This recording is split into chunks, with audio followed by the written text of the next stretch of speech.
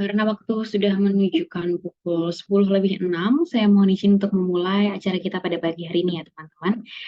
Sebelumnya, Assalamualaikum warahmatullahi wabarakatuh. Selamat pagi dan semangat pagi juga untuk teman-teman peserta weekend sharing kita pada pagi hari ini. Gimana nih kabarnya teman-teman semua? Walaupun weekend-weekend, tapi kita sama-sama tetap semangat ya untuk menambah ilmu, sharing-sharing juga tentunya dengan didampingi oleh mentor kita nanti. Semoga teman-teman tetap semangat untuk mengikuti sesi weekend sharing kita sampai nanti akhir sesi. Sebelum kita masuk ke acara, terlebih dahulu saya izin untuk melakukan share screen.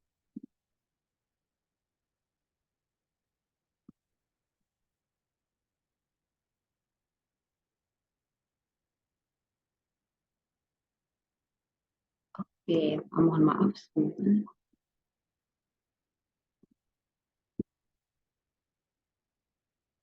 Ya, sebelum memulai acara, perkenalkan saya terlebih dahulu. Saya Pramesti Kusmarundita. Saya selaku moderator yang akan memandu jalannya acara pada pagi hari ini ya teman-teman. Selanjutnya, saya akan menjelaskan secara singkat mengenai susunan acara kita pada pagi hari ini. Jadi, susunan acara kita dimulai dengan pengondisian peserta yang tadi telah kita lakukan, kemudian akan dilakukan dengan pembukaan yang telah dilakukan, dan selanjutnya akan ada pengenalan oleh Wisher Academy, dan juga akan ada ketentuan mengenai door prize. Selanjutnya kita akan melakukan pengenalan terhadap pembicara kita pada pagi hari ini, dan dilanjutkan dengan sesi yang ditunggu-tunggu nih oleh teman-teman, yaitu sesi pemberian materi. Dan nantinya juga akan ada sesi tanya jawab. Jadi teman-teman diperbolehkan untuk menanyakan terkait materi kepada mentor. Nantinya mentor akan menjawab terkait pertanyaan teman-teman.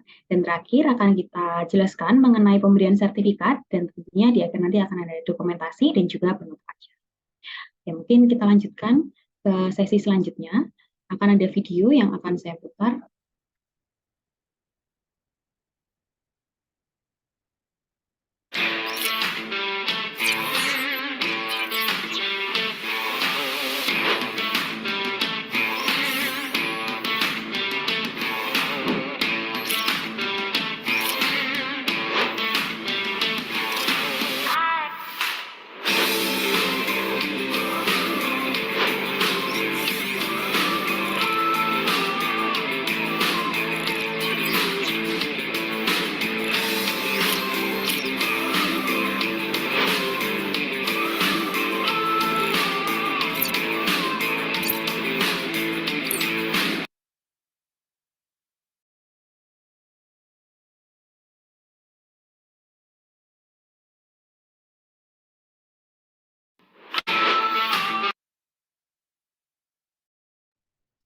Ya, jadi itu tadi ya penjelasan singkat mengenai Wisher Academy. Mungkin sejalan dengan video yang tadi telah ditampilkan, akan saya jelaskan kembali mengenai apa sih Wisher Academy itu ya. Jadi kami Wisher Academy merupakan unit bisnis dari PT Diwisan Teknologi Indonesia dan Yayasan Wisher Pendidikan Indonesia.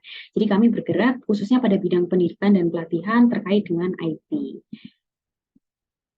Kami memiliki visi yaitu Together Empowerment, jadi kami percaya dengan memberikan ruang untuk berbagi pengetahuan, kami bisa saling menguatkan satu sama lain dengan teman-teman. Selanjutnya, Wisher Academy sendiri telah berdiri atau diinisiasi sejak tahun 2019. Jadi pada tahun 2019 kami masih berupa organisasi yang memberikan pelatihan-pelatihan ataupun webinar-webinar gratis ya. Dan kami terus berkembang hingga saat ini di tahun 2023 kami telah menjadi professional organization dan kami telah memiliki banyak sekali program. Kami memiliki misi yaitu Connect, Share, dan Empower, dan hingga saat ini kami telah memiliki beberapa impact, di antaranya kami telah menjalankan 4 bootcamp program, dan juga lebih dari 100 program-program pendukung lainnya, mulai dari program workshop, webinar, maupun mini course. Selanjutnya kami juga telah dibersamai oleh lebih dari 80 mentor, dan hingga saat ini kami telah membersamai lebih dari 1.500 mentor. Kami memiliki 3 jenis service package nih yang kami tawarkan kepada klien-klien kami nih teman-teman. Yang pertama ada talent as a service, yaitu kami sebagai accelerator talent. Yang kedua ada training as a service, yaitu kami menyediakan program training kepada karyawan. Dan juga yang terakhir ada talent as a partner. Jadi kami melakukan penyediaan skillful talent dengan metode outsourcing. Kemudian untuk program ataupun aktivitas akademinya sendiri, kami terbagi menjadi 3 jenis. Yang pertama ada bootcamp yang bersifat intensif dan durasinya cukup intensif, yaitu kurang lebih 3 bulan. Kemudian kami juga ada sharing ya. melalui workshop ataupun webinar-webinar, dan yang terakhir kami ada course yaitu berupa belajar mandiri melalui platform LMS kami. Nah, kemudian kenapa sih teman-teman nih harus belajar bersama kami Wishare Academy? Tentunya karena yang pertama, kami memiliki mentor yang kompeten di bidangnya. Yang kedua, kami menyediakan materi belajar yang menyesuaikan kebutuhan teman-teman nih. Dan tentunya kami menyediakan kurikulum yang up to date dan suasana belajar bersama mentor yang menyenangkan. Dan kami juga menyediakan konsultasi dengan mentor kapanpun, baik secara personal maupun grup. Dan kami juga memiliki LMS, sehingga kami bisa memantau progres dari menti-menti Wishare Academy. Berikut merupakan beberapa klien yang telah bekerja sama dengan kami dari berbagai instansi. Nah, mungkin selanjutnya kita akan langsung masuk ke aturan webinar kita pada pagi hari ini ya, teman-teman. Aturan webinar pada pagi hari ini, yang pertama tentu teman-teman harus datang tepat waktu, kemudian silakan menyalakan kamera dan berpartisipasi aktif, dan pastikan teman-teman mematikan mic di luar sesi diskusi agar tidak mengganggu jalannya acara kita pada pagi hari ini. Kemudian apabila nanti di sesi tanya jawab teman-teman ingin mengajukan pertanyaan, silakan menggunakan fitur raise hand. Kemudian harap menjaga kerahasiaan dokumen dan juga mengisi link presensi dan feedback yang nantinya akan kami bagikan menuju akhir sesi acara pada pagi hari ini. Selanjutnya teman-teman dimohon untuk tidak meninggalkan sesi sebelum acara selesai dan mohon untuk tidak menyalakan mic tanpa seizin moderator dan mohon untuk tidak menyebarkan materi tanpa seizin. Nah, seperti yang tadi sudah saya jelaskan di awal ya, jadi pada sesi webinar ini kita ada giveaway dengan door prize yang menarik untuk teman-teman. Hadiahnya apa sih? Hadiahnya bisa dilihat di layar ya. Jadi nanti kami akan memberikan diskon untuk mendapatkan sertifikat weekend sharing pada pagi hari ini. Nah, kami ada 2 jenis giveaway ya. Untuk giveaway pertama, nanti silakan teman-teman pastikan teman-teman merupakan peserta yang telah mendaftar dan mengikuti weekend sharing pada pagi hari ini, dan pastikan juga teman-teman sudah memfollow akun dari Wishare Academy dan pastikan untuk akun Instagramnya tidak di private ya, jadi agar dapat kami cek. Dan silakan teman-teman posting keseruan berupa live report ya di Instastory teman-teman, tuliskan kesan bagaimana mengikuti weekend sharing pada pagi hari ini, dan juga jangan lupa untuk tag akun Wishare Academy. Silakan pastikan story bertahan hingga 24 jam dan nantinya kami akan memilih satu pemenang secara acak. Kemudian untuk giveaway yang kedua, persyaratannya kurang lebih sama dan hanya pastikan teman-teman wajib aktif selama mengikuti webinar pada pagi hari ini ya. Aktif dalam artian on kamera dan juga silakan nanti aktif untuk menyampaikan pertanyaan kepada mentor kita pada pagi hari. Nantinya kami akan memilih juga satu pemenang secara acak yang melalui random picker. Nah, mungkin selanjutnya kita akan masuk ke sesi yang udah teman-teman tunggu-tunggu nih, yaitu sesi pemberian materi. Tapi sebelum itu, kita tahan sebentar karena saya akan menjelaskan dan memperkenalkan siapa sih pembicara kita pada pagi hari ini. Sebenarnya mungkin teman-teman sudah membaca juga ya untuk pembicara kita pada pagi hari ini melalui poster yang telah kami publish gitu ya. Tapi izinkan saya memperkenalkan sekali lagi nih. Jadi untuk pembicara kita pada pagi hari ini yaitu Mas Ahmad Syaifuddin. Beliau menempuh pendidikan Master of Computer Science di Universitas Gadjah Mada dan sebelumnya juga tentunya menempuh pendidikan Bachelor of Science di Universitas Negeri Yogyakarta. Dan saat ini beliau bekerja sebagai Digital Audit Associate at PwC Indonesia, salah satu Big Four company tentunya, dan juga beliau merupakan seorang asesor BNSP di PT LSP MSDM Apindo Jaya. Dan sebelumnya, beliau juga memiliki beberapa pengalaman sebagai People Operation Specialist di PT Diwistan Teknologi Indonesia dan sebagai Lead People Operation and Digital Transformation Consultant at Widya Analytics. Selamat pagi, Mas Udin. Apakah sudah siap nih untuk memberikan materi kepada teman-teman kita pada pagi hari ini? Halo, selamat pagi Mbak Imes. Udah siap nih. Selamat pagi juga semuanya teman-teman. Oke, mungkin karena Mas Udin juga udah nggak sabar nih untuk menyampaikan materi kita pada pagi hari ini. Mungkin untuk sesi selanjutnya kita akan masuk ke sesi materi, Mas Udin. Untuk Mas Udin, waktu dan tempat saya persilakan. Oke, terima kasih Imes atas waktunya kayak gitu ya. Sebelumnya selamat pagi semuanya. Assalamualaikum warahmatullahi wabarakatuh. Salam sejahtera untuk kita semua. Nah, pada pagi hari ini gitu ya, ini cukup banyak teman-teman yang di weekendnya gitu ya, meluangkan waktunya untuk belajar gitu ya, sharing-sharing, diskusi, dan semoga nanti ada insight yang bisa diambil gitu ya dari apa yang akan saya sharingkan. Nah, jadi mungkin nanti di sesi ini gitu ya, sebenarnya kalau dari slide yang saya siapkan ini nggak terlalu banyak gitu ya teman-teman. Nah, mungkin saya akan lebih banyak mungkin nanti sharing terkait study case dan juga beberapa case yang pernah saya hadapi di lapangan, khususnya di beberapa industri gitu ya, baik industri terkait industri keuangan, kemudian di pemerintahan atau industri retail dan semacamnya kayak gitu. Oke, nah mungkin kurang lebih ya 50 menit 60 menit ke depan lah kayak gitu ya. Saya akan coba bawakan terkait materi dan juga pengalaman yang pernah saya dapatkan dan nanti kita bisa diskusi lebih lanjut gitu ya terkait data science ini. Karena kalau ngomongin data science ini sekarang ini sebenarnya nggak ada habisnya gitu ya, di mana semenjak apalagi semenjak pandemi gitu ya, tren terkait data scientist ini gitu ya atau data science ini bisa dikatakan exposure-nya masih cukup tinggi gitu ya walaupun semakin apa ya semakin ke sini persaingannya memang semakin ketat karena tentunya banyak yang belajar kemudian minatnya semakin banyak juga jadi persaingannya akan semakin ketat kayak gitu ya. Nah, pada pagi hari ini gitu ya, saya coba kelompokkan menjadi 4 subtopik.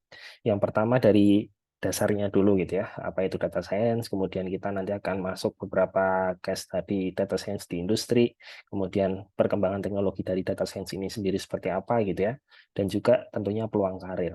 Nah, pada materi hari ini atau pada sharing pagi hari ini gitu ya, karena ini kan masih materi pengantar gitu ya, jadi harapannya memang teman-teman di sini paham dulu secara mendasar terkait data science itu seperti apa sebelum nanti kita melangkah lebih jauh atau bisa dikatakan ke teknis atau praktikal kayak gitu ya. Nah, masuk di topik yang pertama terkait apa itu data science gitu ya. Nah, kalau teman-teman apa ya udah sering ikut gitu ya terkait pengenalan data science atau mungkin itu training atau bootcamp atau ya program apapun terkait data science harusnya udah nggak asing dengan diagram Venn yang ada di sebelah kanan itu ya atau tiga lingkaran yang ada di sebelah kanan. Nah, jadi data science ini sendiri gitu ya, kalau secara fundamentalnya itu merupakan irisan dari tiga kelompok pengetahuan gitu ya, atau tiga bisa dikatakan bidang ilmu pengetahuan. Nah, yang pertama itu terkait disiplin ilmu di computer science atau IT ini sendiri, di mana kalau teman-teman yang dari background IT atau computer science atau teknologi, informasi, informatika dan semacamnya gitu ya. Di sini kita belajar terkait algoritma, pemrograman dan lain sebagainya gitu ya, termasuk kita belajar SQL, database dan macam-macam. Nah, lalu ada juga bidang ilmu matematika dan statistik, di mana di sini kita fokusnya kalau kaitannya dengan data science itu pasti terkait ini ya ilmu statistiknya, kemudian nanti turunannya seperti probabilitas, kemudian nanti ini ya klasterisasi, kemudian nanti ya analisis statistik dan macam-macam kayak gitu. Lalu yang ketiga gitu ya, ruang lingkup ilmu yang ketiga ini adalah domain, kita sebutnya biasanya domain ya atau business knowledge. Jadi seorang data scientist gitu ya, itu juga harus dituntut untuk memahami domain atau ruang lingkup bisnis yang sedang mereka kerjakan atau sedang mereka hadapi. Karena itulah yang membedakan gitu ya, seorang nanti kalau dibahas di slide selanjutnya itu seorang data scientist dan juga data analis. Nah, jadi memang data scientist itu diperlukan pemahaman domain atau apa ya proses bisnis yang lebih mendalam. Karena harapannya dari seorang data scientist ini dia dapat mengeksplor data ini lebih jauh ketika dia memang mengerti proses bisnis dari sebuah perusahaan atau organisasi kayak gitu. Nah, ini sebenarnya di bagian kanan ini juga diberi beberapa apa ya istilahnya irisan gitu ya. Misalkan kalau memang kita belum menguasai ketiganya gitu ya, bidang apa sih sebenarnya yang dapat tercipta dari irisan dua atau lebih gitu ya dari bidang ilmu yang ada. Misalkan kalau kita udah strong di computer science-nya gitu ya dan juga di matematika dan statistik, nah itu biasanya kita kalau secara profesi gitu ya itu bisa masuk di machine learning engineer kayak gitu ya. Kemudian kalau misalkan kita cuma basicnya matematik gitu ya dan statistik, kemudian kita tahu proses bisnis perusahaan ya itu masuknya ke traditional research area atau bisa dikatakan ya peneliti konvensional gitu ya. Dalam arti dia nggak menggunakan teknologi atau programming. Tapi kalau kita punya basic di IT atau computer science dan kita ngerti bisnis, nah itu biasanya kita akan lebih condong ke software development gitu ya, atau seorang software engineer kayak gitu. Nah, memang ketiga domain ini itu ya pada dasarnya itu sangat menjadi pondasi atau kebutuhan utama dari seorang data scientist gitu ya.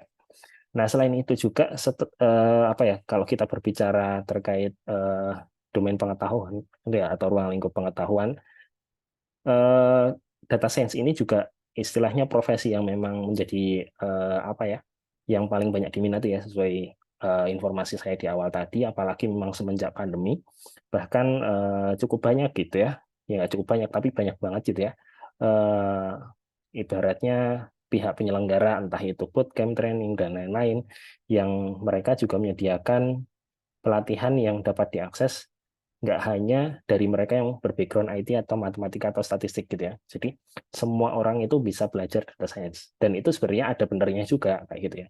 Hanya saja mungkin secara effort mereka butuh effort lebih gitu ya untuk memahami ketiga topik domain ini. Nah, dari teman-teman yang mungkin udah punya basicnya ya, entah itu di computer science atau IT atau matematika statistik ataupun bisnis, nah itu setidaknya apa ya, kita udah memiliki bekal lebih gitu ya, dan kita tinggal belajar apa yang memang belum kita ketahui kayak gitu. Nah, lalu selanjutnya kayak gitu ya. Ini ya yang membedakan umumnya orang-orang itu apa ya? Biasanya banyak bertanya, lalu apa sih sebenarnya bedanya gitu ya?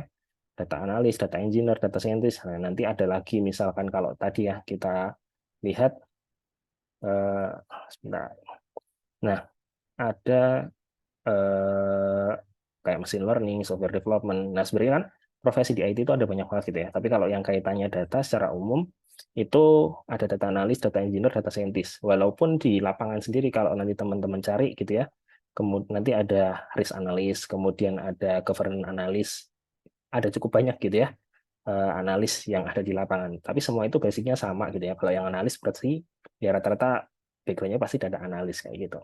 Nah, secara umum kalau dari interpretasi yang saya ketahui di lapangan gitu ya, berdasarkan pengalaman juga di berbagai industri, kalau data analis itu memang dia kalau dari segi domain gitu ya, kembali ke gambar tadi, dia itu domain utamanya memang di IT-nya kayak gitu ya, dan juga lebih ke matematika sama statistik kayak gitu. Jadi dia cukup dianalisa untuk domain knowledge atau bisnis knowledge-nya dia nggak perlu terlalu dalam. Karena memang secara tugas utamanya dia lebih banyak di analisa data gitu ya, dan membuat dashboard untuk memberikan informasi ke stakeholder atau ke manajemen gitu ya. Nah, dari informasi itu dari apa, manajemen dapat membaca bisnisnya seperti apa. Nah, skill set yang dibutuhkan cara data analis ini jelas gitu ya. Yang pertama pemahaman statistik. Kemudian kalau data analis ini memang umumnya karena memang datanya belum terlalu kompleks gitu ya, itu masih bisa menggunakan Excel kayak gitu ya. Atau kalau mau lebih expert pakai programan kayak Python atau R itu juga bisa.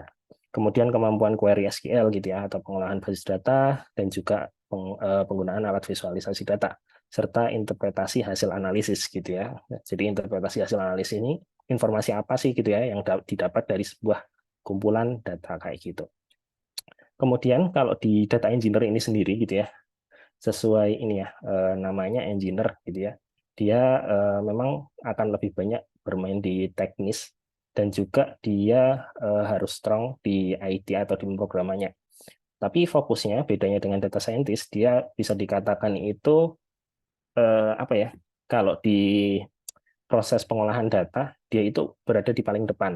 Kenapa dia berada di paling depan gitu ya? Nah, dia fokusnya di pengumpulan data dan juga terkait penyediaan data gitu ya. Jadi gimana data itu didapat dari sumbernya gitu ya. Kemudian merancang tempat untuk penyimpanan datanya, dan misalkan data itu ibaratnya data yang continue gitu ya, atau kalau bahasanya mungkin daily, update setiap hari gitu ya. Dia mengatur bagaimana sirkulasi data ini dapat berjalan dengan lancar kayak gitu. Umumnya kurang lebih seperti itu. Nah, skill setnya tentu di pemrograman gitu ya. Dia harus strong di pemrograman dan juga di basis datanya. Selain itu dia harus apa ya, memahami terkait ETL atau extract, transform, dan load data, di mana ini difungsikan nanti untuk menyesuaikan kebutuhan data oleh data analis ataupun data scientist. Jadi misalkan data scientist itu butuh data yang seperti apa, dan atau data analis butuh data seperti apa. Nah, data engineer itu nanti akan mengusahakan supaya data itu sesuai dengan permintaan atau sesuai dengan kebutuhan dari seorang data scientist atau data analis kayak gitu ya. Dan tentunya tadi ya pemahaman terkait arsitektur data. Jadi di sini seorang data engineer memang harus memiliki kemampuan yang kuat di basis data dan juga pemrogramannya. Nah, lalu kalau di data scientist sendiri gitu ya, secara umum dia bisa dikatakan apa ya, level up-nya data analis lah kayak gitu ya. Walaupun memang ada beberapa skill set data engineer yang nanti perlu dikuasai juga oleh data scientist. Jadi kalau data scientist ini dia memang lebih melakukan analisa iya gitu ya, tapi dia melakukan analisanya lebih lanjut sampai ke pembuatan model prediksi biasanya kayak gitu ya. Kemudian mengembangkan sistem juga, di mana sistem ini biasanya lebih ke sistem otomasi gitu ya. Jadi ada kaitannya tadi dengan machine learning, sehingga nantinya data yang masuk dari data engineer gitu ya, misalkan datanya itu data kontinu atau data yang terupdate secara berkala dan terus-menerus, nah dia itu otomatis akan ada mesin yang menginterpretasikan data itu, kayak gitu ya. Kalau data analis kan ya umumnya ada data juga, tapi dia nggak ada ibaratnya eh, sistem yang dibangun. Kalau ada sistem pun hanya sederhana dashboard, umumnya seperti itu, kayak gitu ya. Nah, teknisnya seperti apa nanti kita akan coba lihat di study case yang ada kayak gitu ya terkait data scientist ini. Nah, ini ya terkait skill set yang apa ya yang didetailkan dari yang tadi, walaupun sebenarnya beberapa sudah saya sebutkan di sebelumnya. Nah, sebenarnya kalau dari data scientist ini secara skill set bisa dikatakan memang cukup banyak gitu ya. Mulai tadi ya pemahaman statistik atau analisis yang dimana ini dari domain matematika dan statistik gitu ya. Kemudian kalau pemahaman statistik analisis ini mulai dari yang dasar gitu ya, dalam arti teman-teman paham statistika deskriptif, kemudian paham klasifikasi, clustering, kemudian nanti ini ya prediksi gitu ya, entah prediksi menggunakan regresi dan lain-lain. Itu ada sangat banyak gitu ya untuk perhitungan statistiknya. Kemudian yang kedua ini pemrograman atau algoritma. Nah, kenapa saya katakan nggak cuma pemrograman aja? Karena dasarnya pemrograman ini kan ada algoritma ya, di mana algoritma ini kalau pada dasarnya adalah apa ya, bisa dikatakan semacam alur atau logika berpikirnya kayak gitu ya. Jadi algoritma ini bisa dikatakan step by step-nya kalau bahasa mudahnya atau bahasa konvensionalnya. Ibaratnya kita mau makan gitu ya, itu kan ada tahapannya. Kita ambil piring dulu, kemudian nanti kita ambil nasinya, kemudian ambil lauknya, ambil sayurnya, ambil alat makan, baru makan kayak gitu ya. Nah, itu tahapan-tahapan itu adalah algoritma. Jadi ibaratnya kayak pemrograman juga. Pemrograman itu kan basisnya algoritma ya, di mana pemrograman itu misalkan ketika kita mau buka aplikasi atau mau login gitu ya, kita kan harus tuliskan username dulu, kemudian tuliskan password. Nah, ketika kita klik login, username yang kita tulis itu akan dicari di database gitu ya. Passwordnya juga akan dicocokkan di database. Nah, ketika itu sudah cocok, dia baru bisa login. Kalau salah, dia itu nanti akan memberikan notifikasi gitu ya, entah password salah atau username salah kalau nggak ditemukan. Nah, jadi lebih di algoritmanya gitu ya. Walaupun pemrograman juga kalau teman-teman mau lebih advance gitu ya, itu bisa menggunakan Python, R, dan lain-lain. Kemudian terkait pengolahan data. Nah, pengolahan data ini dari pengolahan data yang basic gitu ya sampai yang advance. Nah, misalkan kalau yang basic gitu ya, kita masih bisa menggunakan Excel salah satunya gitu ya untuk pengolahan data yang memang belum terlalu kompleks, itu masih sangat bisa. Ataupun memang kalau sudah cukup kompleks, teman-teman bisa belajar terkait SQL ataupun nanti ini ya sejenisnya. Nah, lalu kemudian machine learning. Nah, machine learning ini sebenarnya adalah salah satu apa ya eh, teknologi pembelajaran mesin gitu ya, di mana kita itu kalau bahasa mudahnya mengimplementasikan apa yang otak kita lakukan dalam sebuah mesin. Jadi kita memberi pelajaran gitu ya, atau memberikan data ke sebuah mesin atau komputer untuk dipelajari sehingga nantinya dia bisa mengartikan data itu menjadi sebuah informasi. Katakanlah kalau misalkan mesin learning untuk gambar gitu ya, kita melatih sebuah mesin untuk mengenali sebuah buah apel gitu ya. Maka kita akan memberikan gambar buah apel sebanyak mungkin ke mesin yang kita miliki. Nah, baru nanti setelah dia sudah belajar, oh dia tahu bentuk apel dari depan, belakang, atas, bawah, terus apel kalau yang dimakan seperti apa, apel busuk seperti apa itu, dia akan masuk ke sistem atau memorinya. Nah, nanti ketika dites gitu ya, misalkan kita berikan buah jeruk, harusnya dia sudah bisa menerjemahkan, oh ini bukan buah apel gitu ya. Nah, dan semacamnya. Ada sangat banyak nanti kita coba lihat di case study-nya. Nah, kemudian, nah ini ya, penggunaan alat analisis data. Nah, selain dari teknis skill-nya, kita juga perlu ibaratnya menguasai dari aplikasi yang digunakan. Nah, aplikasi ini biasanya memang tergantung dari apa ya, kalau bahasanya style orangnya juga. Karena setiap data scientist gitu ya, ataupun setiap perusahaan itu menggunakan tools yang berbeda-beda kayak gitu ya. Ada yang memang dia menggunakan tools umum gitu ya. Kalau umum ya biasanya pakai Python, R gitu ya, dan lain-lain. Tapi ada juga yang dia menggunakan aplikasi low code gitu ya, misalkan RapidMiner ataupun Alteryx dan macam-macam lainnya. Nanti itu juga kita bahas selanjutnya kayak gitu ya. Nah, lalu yang biasanya cukup apa ya, cukup banyak menjadi kelemahan data scientist gitu ya dari pengalaman saya juga. Kebetulan apa ya istilahnya saya pernah jadi HR juga ketika mencari seorang data scientist gitu ya. Dia itu secara skill set IT-nya bagus, secara skill set statistik matematiknya bagus. Nah, tapi di pemahaman domain atau pemahaman terkait ruang lingkup bisnis atau bisnis proses itu rata-rata masih sangat lemah gitu ya. Karena rata-rata mereka berangkat dari background IT atau matematik atau statistik gitu ya. Sehingga mereka nggak punya background bisnis. Nah, memang umumnya background bisnis ini dia akan didapatkan seiring ibaratnya seorang data scientist ini terjun di industri. Jadi mungkin secara awal gitu ya, dia masuk di industri data scientist, dia mungkin lebih cocok dikatakan seorang machine learning engineer gitu ya, karena secara knowledge atau domain knowledge-nya itu nggak terlalu strong di proses bisnisnya. Nah, tapi seiring jalannya waktu harusnya seorang data scientist itu bisa menggali informasi, memahami terkait bisnis proses suatu perusahaan sampai ke detailnya. Karena itu akan sangat berpengaruh terhadap nanti ini ya, pembuatan sistem, kemudian pengembangan prediksi dan lain-lain yang dilakukan oleh seorang data scientist untuk pengembangan bisnisnya.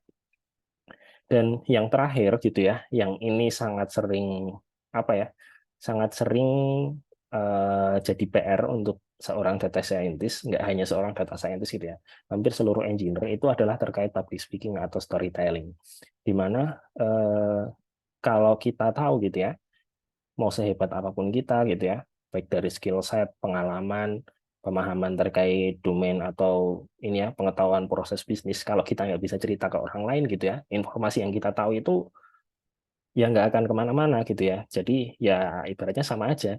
Karena belum tentu orang yang kita kasih hasil ini ya, hasil analisa kita, kita kasih hasil prediksi kita atau kita kasih sistem yang kita miliki, ketika lihat itu langsung paham belum tentu. Apalagi kalau kita berhadapannya ibaratnya dengan orang umum gitu ya, orang awam. Misalkan katakanlah ya paling mudah di manajemen aja lah. Di manajemen sendiri belum tentu semuanya itu adalah orang-orang teknis yang paham terkait ini ya, terkait data kayak gitu. Walaupun mereka katakanlah orang IT juga, orang IT kan sebenarnya secara konsentrasi macam-macam gitu ya. Ada yang dia konsentrasinya di memang di infrastruktur atau server, ada yang di operasional IT-nya kayak gitu ya. Kemudian ada di software. Nah, terkait data ini nggak banyak gitu ya yang dia bisa memahami. Nah, itulah kenapa pentingnya seorang data scientist itu menguasai salah satunya yaitu public speaking dan juga storytelling kayak gitu. Untuk menyampaikan ya tadi informasi ataupun hasil dari apa yang sudah kita kerjakan. Nah, lalu selanjutnya gitu ya, ini ya terkait data storytelling sendiri. Nah, data storytelling sendiri sebenarnya ini memang perlu apa ya? Perlu latihan dan jam terbang. Tapi intinya data storytelling ini kan bagaimana kita dapat menyajikan, juga menyampaikan hasil analisis yang kita lakukan gitu ya. Baik itu dengan bercerita secara langsung, kayak gitu ya, seperti ibaratnya saya presentasi atau saya sharing seperti ini, ataupun dengan naratif dibantu dengan visualisasi yang baik, kayak gitu ya.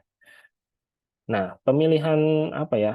Pemilihan visualisasi ini juga jadi salah satu hal penting gitu ya. Jadi ibaratnya misalkan kita mau menyampaikan informasi terkait pertumbuhan dan juga prediksi analisis, tentunya kita akan menggunakan grafik ini ya, grafik line ya. Nah, itu pemilihan visualisasi data di sini juga akan sangat berpengaruh karena kalau kita ngomong pertumbuhan, kemudian prediksi, itu kan pasti datanya kontinu gitu ya, atau data yang berkelanjutan. Nah, sebenarnya bisa juga menggunakan data bar gitu ya, stacked bar gitu ya. Tapi akan lebih cocok gitu ya menggunakan grafik line karena dia kan menyambung gitu ya. Jadi dia kelihatan bagaimana pertumbuhan terkait misalkan penjualan produknya, kemudian nanti prediksi ke depannya seperti apa gitu ya, dan lain sebagainya. Terus misalkan kalau misal segmentasi gitu ya, terkait segmentasi produk yang kita miliki. Nah, segmentasi ini bisa menggunakan ini ya, pie chart gitu ya, di mana nanti akan ada perbandingan dari segmentasi produk A, produk B, produk C, dan sebagainya. Nah, pemilihan visualisasi ini juga turut menyumbang apa ya, hal penting di mana menjadi salah satu kunci dalam storytelling. Nah, tapi selain itu juga terkait apa ya istilahnya penyampaian informasi, pemilihan data, analisis data ini juga gak kalah penting. Jadi kita sebagai orang yang melakukan analisa itu juga harus paham betul terkait apa sih sebenarnya data apa yang kita olah. Nah, data apa yang kita olah ini kan ada hubungannya gitu ya dengan domain atau bisnis proses yang tadi saya katakan di depan. Jadi memang dari kemampuan programmingnya, kemudian kemampuan matematik statistik atau analisisnya, visualisasi datanya, dan ibaratnya narasi itu ya, atau penerjemahan ke dalam bahasa non teknis kalau saya sebutnya itu yang efektif ini tentunya untuk menjelaskan konteks dan implikasi atau hasil dari data yang kita miliki kayak gitu. Jadi lagi-lagi gitu ya, memang storytelling ini bukan hal yang mudah gitu ya. Saya sendiri sebenarnya untuk storytelling ini juga masih cukup banyak perlu belajar karena lagi-lagi selain tadi ya penguasaan industri, kalau kita bermainnya atau ibaratnya kita terjunnya di berbagai industri itu kan kita harus menguasai banyak apa ya bisnis proses karena tentunya penyampaian dengan bahasa A di industri A pasti akan berbeda caranya gitu ya dengan penyampaian dengan cara B di industri B. Jadi ibaratnya saya membicarakan data yang sama gitu ya di dua industri pasti ada istilah yang berbeda karena setiap industri punya karakteristik masing-masing seperti itu. Nah, lalu kita masuk di topik yang kedua yaitu ya tentang data science di industri. Nah, data science di industri ini memang kalau dilihat, teman-teman bisa lihat trennya juga di 2 atau 3 tahun terakhir ini sangat-sangat berkembang pesat. Dulu ibaratnya kita sebut ini apa? Eh, yang paling mahal itu adalah ini ya hasil tambang atau minyak bumi. Tapi semenjak 2020, 2021, salah satu hal yang paling mahal itu adalah data. Kayak gitu ya. Kenapa orang menyebut seperti itu? Nah, karena dari data ini, misalkan kita punya data yang banyak gitu ya, dan data ini signifikan dalam arti data ini penting. Nah, kita itu bisa ibaratnya eh, apa ya, mengambil alih atau mengendalikan banyak hal. Dalam arti misalkan kita punya data, ya harusnya ini bisa dilakukan pemerintah ya, kalau pemerintah punya data masyarakat yang benar gitu ya. Tapi karena data kita masih cukup berantakan juga, nah ini masih jadi PR juga untuk di negara kita gitu ya, terkait ya salah satunya pengambilan keputusan gitu ya, terkait kebijakan-kebijakan yang ada. Nah, kemudian terkait data science di industri. Nah, mungkin ini kita akan berbicara nggak hanya di industri swasta aja gitu ya, kita akan berbicara di pemerintahan dan di luar itu seperti apa.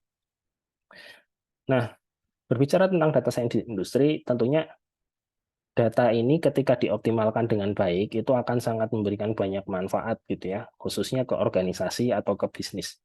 Nah, di antaranya gitu ya, yaitu peningkatan efisiensi secara operasional. Nah, karena dengan penerapan data science ini kita juga bisa melihat gitu ya, mana aja sih ibaratnya dari segmentasi bisnis atau unit bisnis yang operasionalnya kurang efektif. Nah, nanti bisa dilakukan efisiensi entah melakukan pivot bisnis atau melakukan ini ya reorganisasi atau perubahan rencana atau visi itu sangat-sangat bisa. Nah, maka dari itu seorang data scientist memang dituntut memahami domain atau proses bisnis hingga ke yang paling ini ya, paling kecil.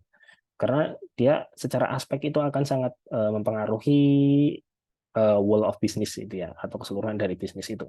Tergantung di mana nanti dia akan melakukan analisanya. Nah, kemudian terkait pengenalan pola atau tren. Nah, ini biasanya cukup banyak dilakukan terutama di industri swasta gitu ya. Di mana kalau kita berbicara di startup gitu ya. Startup itu kan kita berbicara terkait valuasi gitu ya. Kalau saat ini masih trennya. Di mana valuasi ini dihitung berdasarkan mulai dari perkembangan bisnis, kemudian kondisi operasional, kondisi market. Nah, di mana dari berbagai data itu kita akan lakukan analisa dan kita lihat trennya seperti apa.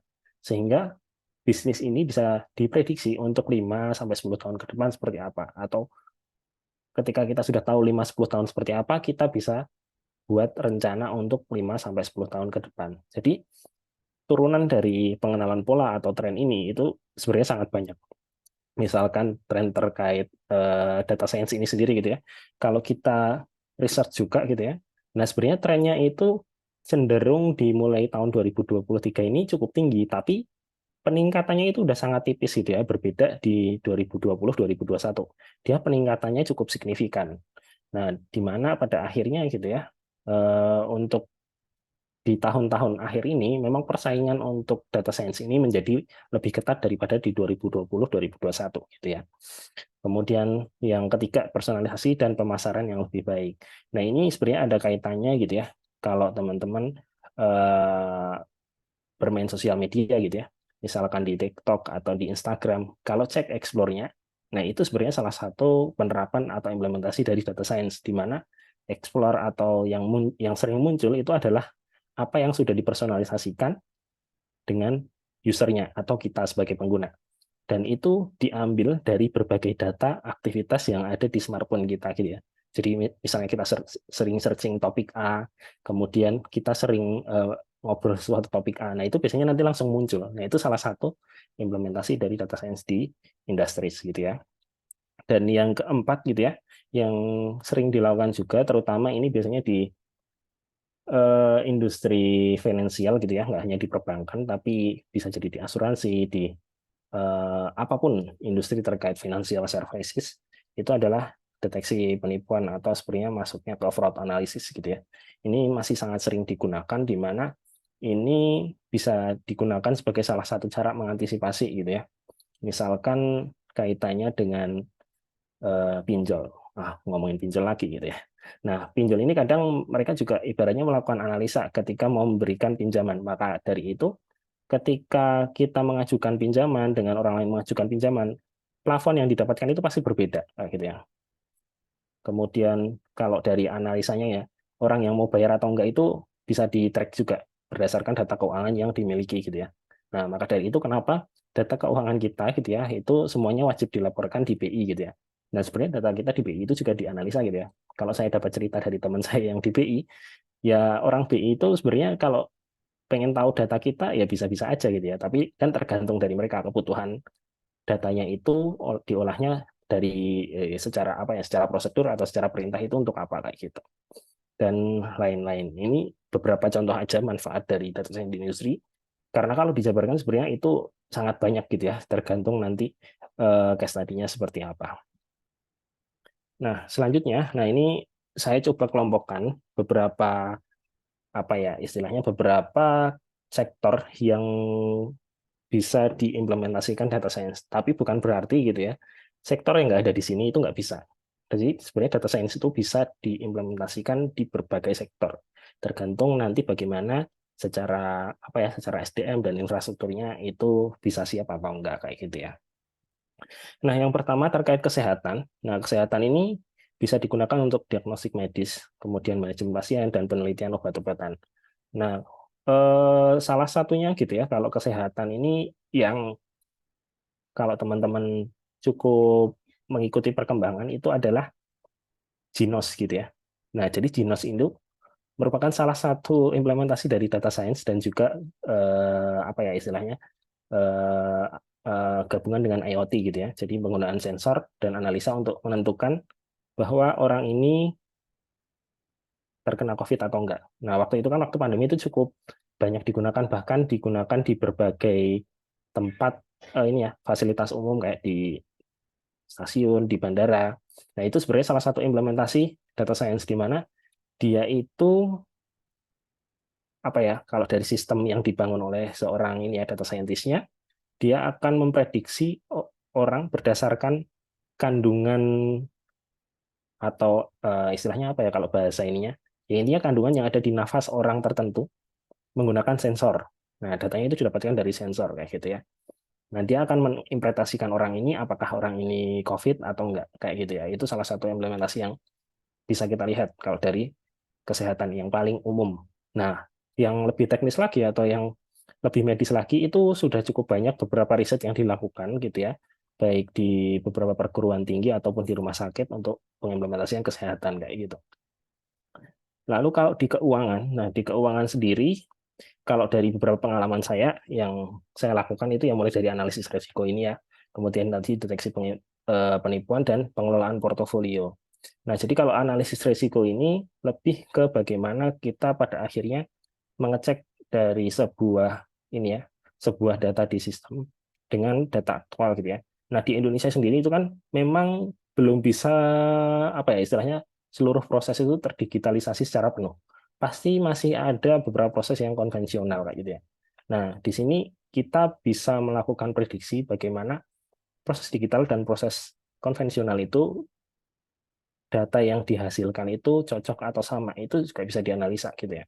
Kemudian terkait pengelolaan portofolio. Nah, pengelolaan portofolio ini lebih ke apa ya? Ya salah satunya kayak contoh tadi ya, ketika memberikan pinjaman gitu ya. Kita akan dicek secara portofolio keuangan kita gitu ya. Apakah memang ada anomali pada orang ini atau enggak gitu ya. Jadi kalau salah satu case yang pernah saya tahu itu atau yang pernah saya hadapi, kalau kita mengecek atau membuka data perbankan gitu ya, sebenarnya nggak hanya data perbankan, tapi data transaksi kita, baik dari transaksi yang dilakukan di perbankan, di marketplace, ataupun di aplikasi e-money, e-wallet, dan lain-lain, itu semuanya terrecord jadi satu gitu ya, di BI. Dan itu bisa dianalisa gitu ya, untuk penggolongan kalau bahasa teknisnya itu credit scoring.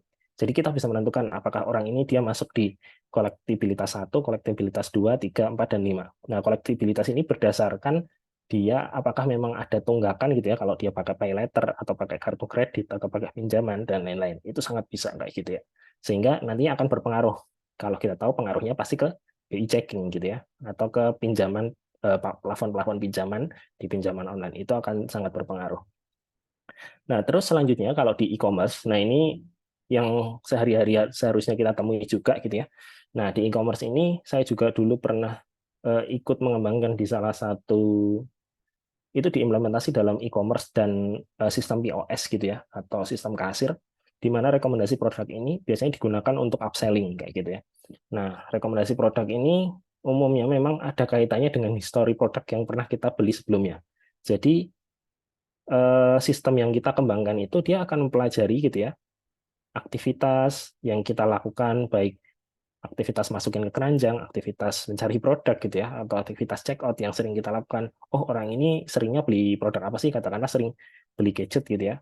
Nah, terus suatu saat kita beli barang bukan beli gadget gitu ya. Cuma beli katakanlah aksesoris saja. Nah, pasti di sistem rekomendasinya dia akan menampilkan rekomendasi untuk Anda gitu ya di bagian entah di bagian bawah, di bagian atas itu adalah produk-produk terkait produk biasanya yang kita beli. Nah, itu adalah salah satu bentuk rekomendasi. Ataupun kalau kita ke restoran gitu ya.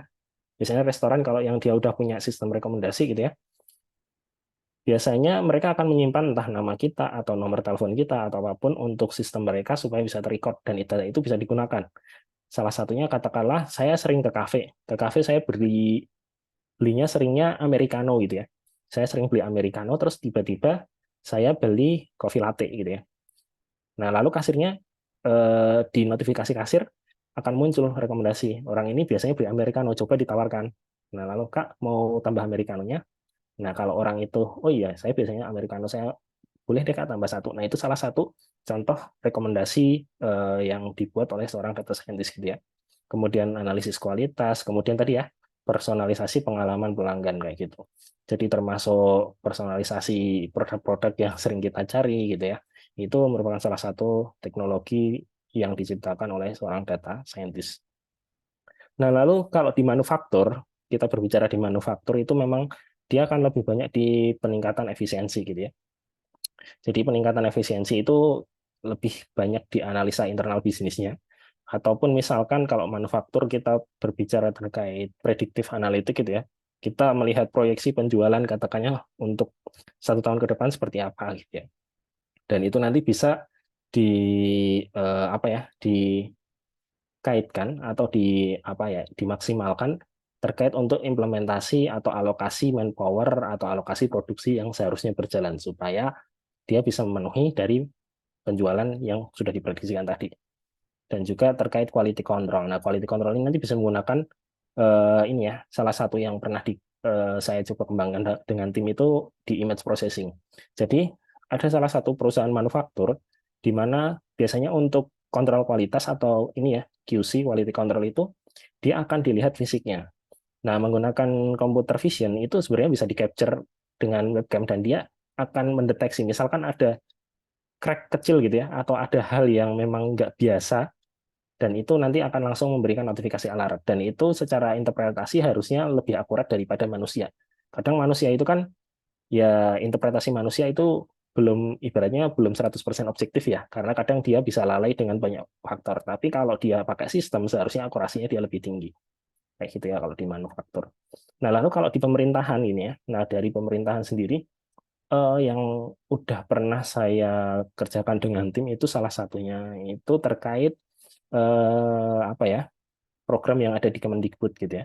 Jadi program yang ada di Kemendikbud itu salah satunya ada asesmen nasional berbasis komputer, di mana ini kita implementasikan untuk pengkoreksian jawaban isai itu udah nggak perlu dilakukan oleh manusia. Nah itu menggunakan ini juga ya data scientist gitu ya atau data science. Nah jadi data science ini diimplementasikan untuk belajar dari kunci jawabannya dulu, melakukan pemahaman terkait pola penyusunan kata dan kalimatnya, sehingga dia bisa melakukan scoring terhadap jawaban esai yang diberikan oleh siswa se-Indonesia. Dan itu akan sangat mengefisiensikan dari segi manpower gitu ya, yang katakanlah kalau secara konvensional gitu ya, untuk satu guru memeriksa satu jawaban siswa butuh waktu 10 menit.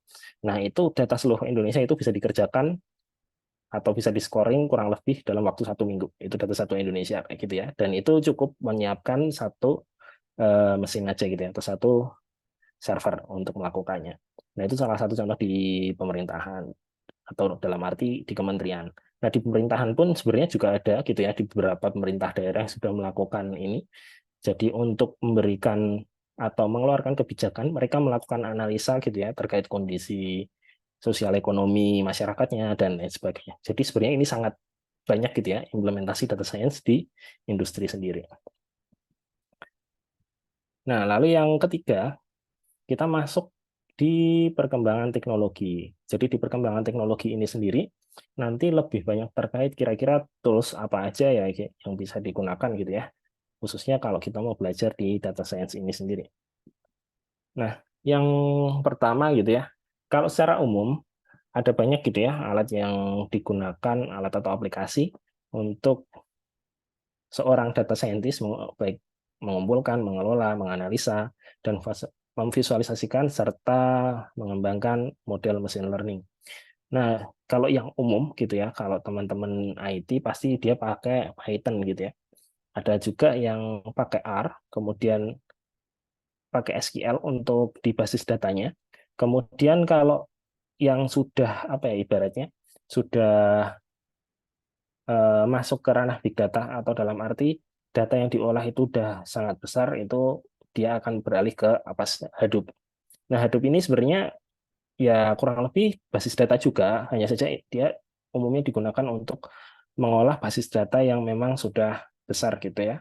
Kemudian kalau Spark ini biasanya dia digunakan sepakat dengan Hadoop, dia memang digunakan untuk tadi ya penyediaan data secara kontinu atau secara batch atau mengatur alur masuknya atau sirkulasi data gitu ya. Jadi dari data sumber hingga diolah ke seorang data scientist gitu ya, itu bisa menggunakan Spark. Nah, lalu tuh untuk visualisasi umumnya atau sebenarnya bisa digunakan untuk pengolahan data juga gitu ya, itu menggunakan Tableau ataupun Power BI. Nah, tapi sebenarnya untuk tools ini nggak terbatas di ini saja gitu ya. Ini kan beberapa tools yang memang bisa dikatakan cukup populer dan biasa digunakan untuk pelatihan-pelatihan gitu ya secara umum. Nah, kalau dari pengalaman saya gitu ya, di beberapa perusahaan itu pasti ada karakteristik tools atau tools yang biasa digunakan di internal perusahaan. Dan itu akan menyesuaikan dengan apa ya istilahnya bisnis di masing-masing perusahaan juga. Tapi lagi-lagi memang eh, ada gitu ya beberapa tools yang ibaratnya dia bisa digunakan untuk apa ya end to end ya dari awal sampai akhir. Ya udah kita cukup pakai Python aja cukup. Nah, itu sebenarnya juga bisa.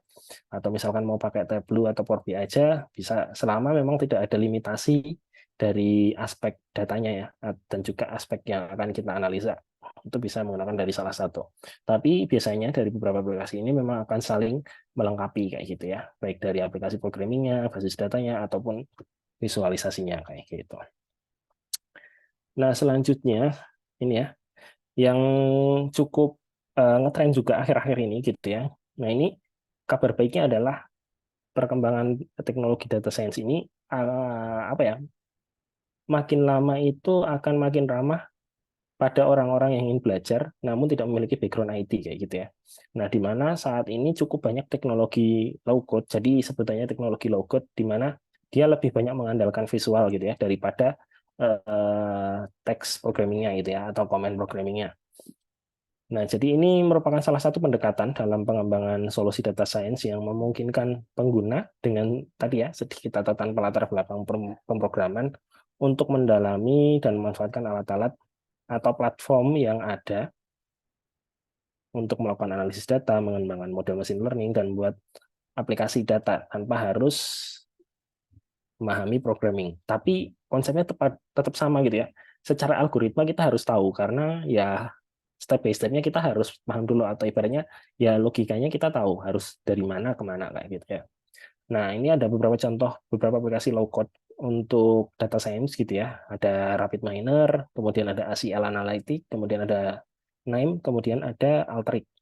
Nah, ini apa ya ibaratnya teman-teman tinggal coba aja kira-kira lebih cocok menggunakan yang mana gitu ya. Nah, ini kebetulan kalau saya sudah pernah coba semua gitu ya. Dan memang kalau dari keempat aplikasi ini, walaupun ada beberapa aplikasi yang lain gitu ya, yang cukup apa ya, biasanya cukup advance itu Alteryx karena dia secara limitasi fiturnya dan secara apa ya, cakupan kemampuannya dia paling lengkap. Nah, hanya saja memang dia ini berbayar gitu ya. Tapi teman-teman kalau misalkan coba itu bisa trial 30 hari. Nah, ini Alteryx ini juga cukup banyak digunakan di beberapa industri besar gitu ya, baik industri swasta ataupun industri nasional ataupun skala internasional. Dan memang secara integrasinya itu juga dapat diintegrasikan dengan banyak hal ya di luar aplikasi ini, misalkan dengan beberapa database, kemudian nanti beberapa aplikasi visualisasi itu sangat bisa.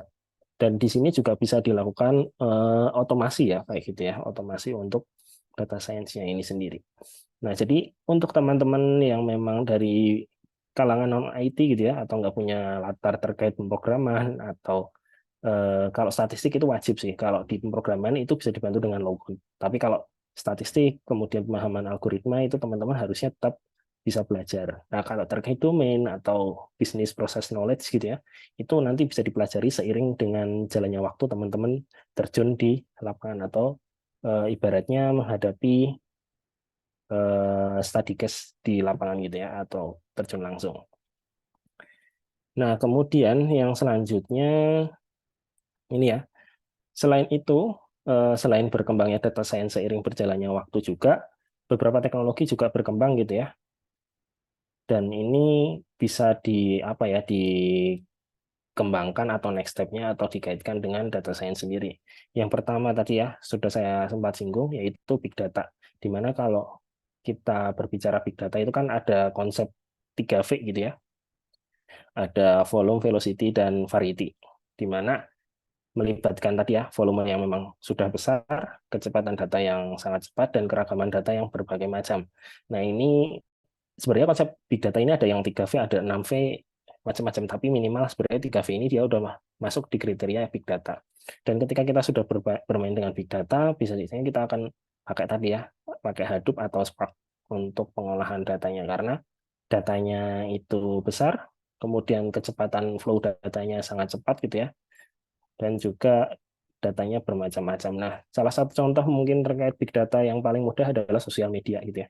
Sosial media itu kan ya dia hampir setiap waktu ada data baru gitu ya. Secara volume itu pasti besar. Secara keragaman pasti beragam, mulai dari data image, kemudian data teks gitu ya. Kalau ada data video, data suara gitu ya, itu sangat bermacam-macam kayak gitu. Nah, kemudian deep learning. Nah, deep learning sendiri ini biasanya tingkat lanjut dari mesin learning gitu ya, atau yang lebih advance, di mana nanti ya kayak pengenalan gambar, kemudian pemrosesan bahasa alami, atau kalau bahasanya itu ya tadi ya, bahasa-bahasa mendekati bahasa manusia. Bahasa manusia itu kan sebenarnya sangat-sangat kompleks gitu ya kalau mau diterjemahkan ke mesin. Nah, itu nanti biasanya menggunakan teknologi deep learning. Kemudian yang ketiga ini Internet of Things. Nah, Internet of Things ini sendiri tadi ya salah satunya contohnya di mana ada implementasi penggunaan sensor-sensor tertentu untuk pengambilan data.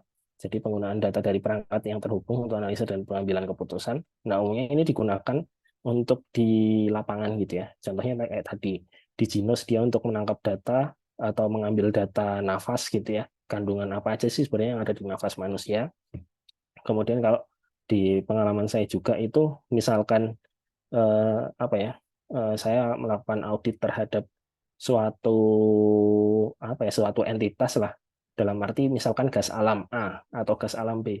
Nah, bagaimana kita dapat memastikan sebuah gas alam A ini benar gas alam A? Nah, itu kan kita pakai sensor juga. Sensor itu dia dapat mendeteksi kandungan-kandungan tertentu yang ada. Misalkan kita cek secara kandungannya ataupun lain-lain. Terus misalkan yang lagi tren juga nih, kita melihat seberapa apa ya, seberapa buruk kondisi udara yang ada di sekitar gitu ya, terutama di Jakarta itu kan itu salah satu implementasi penggunaan IoT juga. Nah, itu sebenarnya bisa di apa ya, dianalisa juga terkait trennya, kemudian nanti tinggal dimasukkan faktor apa saja sebenarnya yang dapat berpengaruh gitu ya, sehingga implementasi kebijakan itu harusnya bisa lebih tepat. Kemudian yang selanjutnya itu ada cloud computing. Nah, kalau cloud computing ini umumnya gitu ya, karena kalau kita berbicara infrastruktur fisik yang apa ya, secara cost lebih mahal investasi di awalnya gitu ya, kita dapat menggunakan cloud computing. Jadi infrastruktur cloud ini secara skalabilitas atau nanti kalau mau ini ya scale up itu, dan aksesnya lebih mudah dan juga lebih besar. Dan yang terakhir yang memang baru tren juga akhir-akhir ini adalah Web3, atau salah satu contohnya itu blockchain. Jadi kalau blockchain ini kan salah satu contohnya yang cukup terkenal itu NFT gitu ya. Jadi gimana caranya pada akhirnya ini mendesentralisasikan kepemilikan dan kontrol data di internet. Karena pada dasarnya apa ya, kepemilikan dan kontrol data di internet itu kan sangat apa ya, bisa dikatakan sangat nggak teratur gitu ya kalau kita tahu. Tapi dengan teknologi Web3 atau blockchain, nah ini kita bisa memberikan ibaratnya kepemilikan dalam suatu aset digital kayak gitu. Nah, selanjutnya ini kita masuk di topik yang keempat gitu ya. Topik terkait peluang dari karir data science ini sendiri. Nah, kalau kita berbicara terkait peluang karir data science gitu ya. Nah, saat ini sebenarnya masih sangat banyak gitu ya peluang karir data science, hanya saja yang tadi saya katakan gitu ya, secara persaingan pasti akan lebih sulit karena sekarang semakin banyak orang yang ibaratnya ini ya, belajar data science dan juga ingin menjadi data scientist kayak gitu. Baik itu dari teman-teman yang memang berbackground computer science atau IT, ataupun berbackground matematik atau statistik, atau bahkan yang background non IT. Karena pada dasarnya sekarang semua orang itu bisa belajar data science dengan mudah kayak gitu ya. Tinggal bagaimana kita ingin belajar atau ingin berkembang kayak gitu. Karena kalau penyedia apa ya, ibaratnya penyedia platformnya udah banyak, kemudian ilmunya udah banyak, bahkan kalau teman-teman mau belajar sendiri gitu ya, self learning, ada banyak artikel baik itu di Google, di Medium, ataupun kalau teman-teman mau lihat video di YouTube udah sangat banyak kayak gitu. Nah, ini peluang karir dari data science sendiri. Jadi sebenarnya kalau teman-teman pun nggak menjadi seorang data scientist gitu ya, masih banyak ruang lingkup yang teman-teman bisa explore di ranah data. Nah, kenapa kok saya berbicara di ranah data? Karena sebenarnya data scientist itu tadi ya, dia irisan dari 3 domain, yaitu computer science atau IT, yang kedua matematik dan statistik, dan yang ketiga domain atau business knowledge. Nah, sebenarnya kalau teman-teman mau fokus di satu domain aja ya sebenarnya bisa-bisa aja kayak gitu ya. Jadi teman-teman bisa katakanlah jadi eh, seorang data analis saja kayak gitu ya. Jadi nggak harus tiga-tiganya dikuasai. Nah, ini per hari ini gitu ya. Ini kebetulan tadi screenshot sempat saya update tadi pagi ketika saya cari di LinkedIn gitu ya. Data scientist di Indonesia aja masih ada kurang lebih 1.000 lowongan. Ini baru di LinkedIn gitu ya. Belum dicari di platform pekerjaan lain. Ini belum dicari juga di luar ini ya, job portalnya LinkedIn. Jadi yang langsung dipost di timeline oleh HR atau recruiter juga ada. Dan ini baru di Indonesia juga. Karena sebenarnya data scientist ini peluangnya nggak cuma di Indonesia juga. Kalau teman-teman ingin berkarir di luar pun itu sangat-sangat bisa dan peluangnya masih sangat-sangat besar. Nah, kalau misalkan teman-teman mau cari di luar data scientist, katakanlah mau cari data analis atau cari machine learning engineer atau data engineer atau data consultant, nah itu sangat-sangat bisa. Nah, tapi intinya kalau di sini kan data analis ini tadi ya, secara fungsional gitu ya, atau secara tugas utamanya, dia akan menganalisa data dan menggunakan model machine learning berdasarkan domain atau bisnis proses yang ada. Kemudian kalau data analis, dia memang hanya analisa data untuk menghasilkan terkait informasi atau wawasan bisnis yang dibutuhkan oleh manajemen atau stakeholder gitu ya. Kalau machine learning engineer, dia fokus di pengembangan implementasi model machine learning kayak gitu ya. Jadi dia tidak melakukan analisis lebih lanjut. Dan juga kalau data engineer tadi fokusnya dia mempersiapkan infrastruktur data untuk pengolahan dan penyimpanan data ya, baik itu penyiapan data warehouse, kemudian mengatur alur data atau ini ya, proses data itu supaya bisa mengalir dari sumbernya dan bisa diolah oleh data scientist untuk mengambil informasi atau interpretasi. Dan yang terakhir, kalau teman-teman memang secara apa ya, secara experience udah oke, kemudian secara apa ya, secara pengalaman sudah banyak, teman-teman juga bisa menjadi seorang data consultant. Nah, data consultant ini cukup banyak gitu ya, mulai dari data consultant yang paling dasar biasanya untuk data consultant pengerjaan tugas akhir gitu ya, misalkan konsultasi data skripsi, tesis disertasi, atau konsultasi penelitian. Nah, ini sebenarnya teman-teman sudah bisa melakukan ini mulai dari sekolah atau kuliah gitu ya. Jadi yang penting teman-teman menguasai tadi ya, terutama kalau data consultant ini kan memang lebih banyak ke statistik gitu ya. Jadi teman-teman harus memahami betul ilmu-ilmu statistik gitu ya, mulai dari statistik yang paling dasar, statistik deskriptif, hingga ke analisa-analisanya kayak gitu. Dan apa ya, data science ini sebenarnya apa ya, ya kalau secara penghasilan udah nggak perlu saya sebut lah, teman-teman pasti tahu kalau data science itu pasti penghasilannya ya gede lah kalau di Jakarta, kalau terutama di Jakarta gitu ya. Karena kalau di kota-kota lain itu pasti akan menyesuaikan dengan regionalnya. Karena dari informasi terakhir yang saya dapat gitu ya, untuk ya fresh graduate tapi di Jakarta, asalkan dia dapat memenuhi tadi ya 3 domain itu, dia nggak lama, mungkin berkarir 1-2 tahun itu pasti udah bisa 2 digit lah pasti.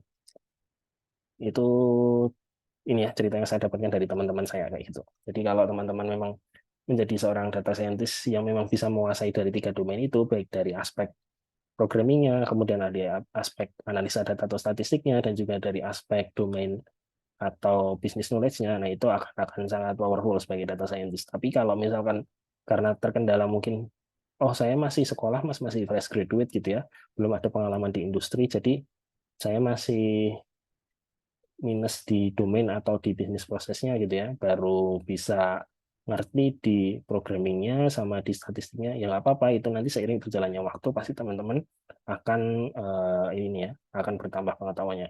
Karena kalau teman-teman mau belajar bisnis proses gitu ya, ya mau nggak mau memang harus terjun gitu ya. Bahkan teman-teman yang mungkin kuliah di apa ya, kuliah di bidang bisnis atau katakanlah ambil studi ini ya, umumnya teman-teman itu pada ambil studi MBA atau Magister Business Administration. Nah, itu sama, secara umum teman-teman baru dapat teorinya dulu. Karena implementasi di lapangan itu pasti cukup berbeda. Saya bilang nggak berbeda, nggak sama, ibaratnya gini ya, nggak sama sekali berkaitan itu nggak, tapi ada perbedaan antara yang teman-teman pelajari gitu ya di perkuliahan dengan industri yang ada. Karena pada dasarnya industri perbankan pun gitu ya, yang sama-sama perbankan itu pasti akan ada perbedaan. Jadi ketika saya bersama dengan klien A gitu ya, perbankan A dan juga perbankan B itu pasti akan berbeda. Katakanlah yang satu ternyata dia cuma perbankan lokal. Nah, dia secara aturan pasti dia akan ikut aturan lokal aja. Nah, tapi katakanlah dengan perbankan B ini dia punya induk atau punya grup katakanlah di Singapura gitu ya. Nah, dia pasti akan ikuti dua aturan, di mana aturan yang pertama itu aturan lokalnya seperti apa, dan yang kedua dia ikut aturan induknya atau holding company-nya di Singapura. Sehingga bisnis prosesnya yang sama-sama perbankan pun pasti akan berbeda. Seperti itu. Nah, mungkin kurang lebih seperti itu yang saya sampaikan kayak gitu ya.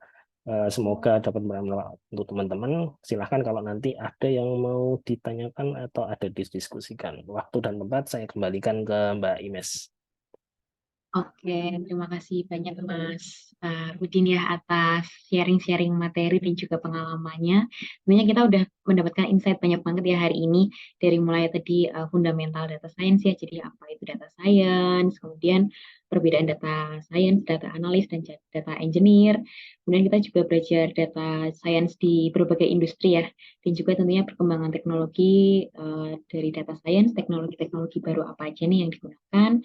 Dan terakhir kita juga udah belajar mengenai peluang karir data science di kedepannya gitu, yang tentunya ternyata sangat banyak nih lowongan mengenai data science. Sekali lagi terima kasih Mas Rudin atas penyampaian materinya. Mungkin selanjutnya saya membuka sesi selanjutnya ya, yaitu sesi tanya jawab. Nah, dari teman-teman nih yang dari tadi udah nggak sabar ingin menanyakan atau ingin menyampaikan sesuatu untuk mentornya nih, silahkan bisa on mic atau raise hand terlebih dahulu, atau bisa juga disampaikan melalui kolom chat ya teman-teman. Mumpung masih dibersamai oleh pembicara kita pada pagi hari ini, silahkan bisa langsung disampaikan. Kalau berhalangan untuk on mic bisa disampaikan melalui kolom chat juga tidak.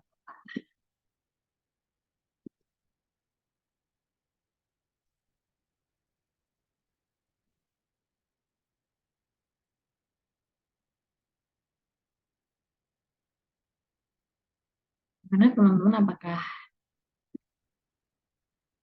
ada yang ingin ditanya?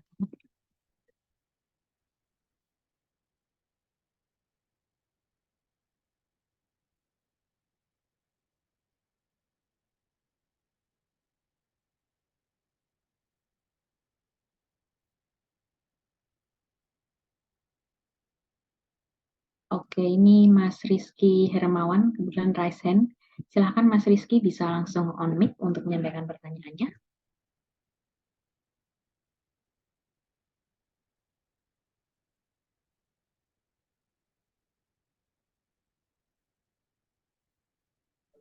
Ya, baik. Terima kasih Bu Pramesti ya, Bu. Ya. Izin bertanya, Bu. Saya Rizky, Bu.